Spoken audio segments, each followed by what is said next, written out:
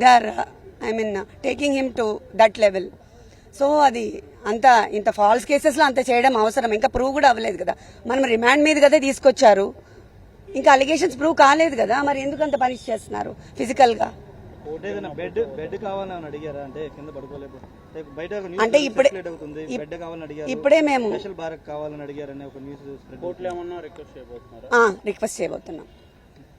Request చేయబోతున్నాం మేము అది ఇప్పుడే. ఎందుకంటే ఆయన కింద పడుకోలేరు, కింద నుంచి లేవాలి ప్రతిసారి, జస్ట్ నేల మీద కదా, టెయిల్ బోన్ తగులుతూ ఉంటుంది కదా, టెయిల్ బోన్ మీకు అందరికీ తెలిసి ఉంటుంది, ఆ వెన్నెముకలో లాస్ట్లో ఉంటుంది, అది ఆల్రెడీ ఆయనకి ఫ్రాక్చర్ ఉంది పాపం. అదొకటి, బ్రీదింగ్ ఇష్యూస్ ఉన్నాయి, కోవిడ్ తర్వాత ఆయనకి చాలా బ్రీదింగ్ ఇష్యూస్ ఉన్నాయి, స్లీప్ యాప్నియా ఉంది.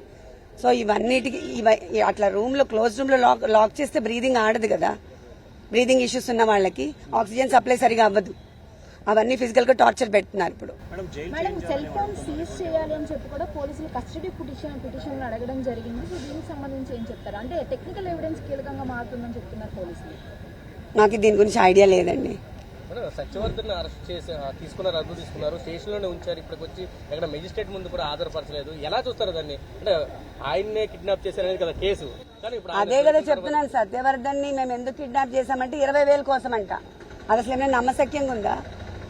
2 సార్లు ఎమ్మెల్యేగా చేసి మాకు ట్రస్ట్ ఉంది, ఎన్ని కోట్లు ఖర్చు పెట్టాం, ఎంత సర్వీస్ చేసాము, 20,000 కోసం చేస్తామా? అదంతా ఫాల్స్ కదా, దాన్నే ఫ్యాబ్రికేట్ చేసి ఇప్పుడు ఎక్స్టార్షన్ కింద చేస్తున్నారు. ఎందుకు సత్యవర్ధన్ మెజిస్ట్రేట్ ముందు ఆధారపరచట్లేదు 2 రోజులు బట్టి పోలీసులు? అది ఎందుకు చేయలేదు అనుకోవడానికి ఏముంది, వెరీ మచ్ ఎవిడెంట్ కదండి.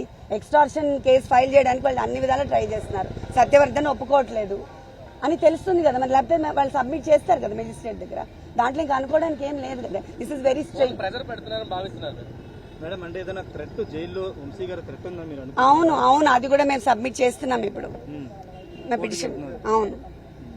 అవును, ఇంత ఫిజికల్ గా అసలు ఏమీ లేకుండా, కేర్సే లేకుండా అలా సఫర్ చేస్తున్న ఫిజికల్ థ్రెట్ ఉంది కదా, మరి తెలియకుండా ఆయన్ని పెయిన్ఫుల్ గా చేసి అందరి నుంచి వేరు చేసి 22 hours అదేంటి ఐసోలేట్ చేసి ఒకటే రూమ్ లో పడేయడం అనేది ఎట్లయినా, ఎలా ఉంటాం మనం అంతసేపు? ఆయన అంత పబ్లిక్ లో ఉండే మనిషి. చాలా సీసీ కెమెరాలు పెట్టారని విన్నాను నేను. I don't know, I'm sorry.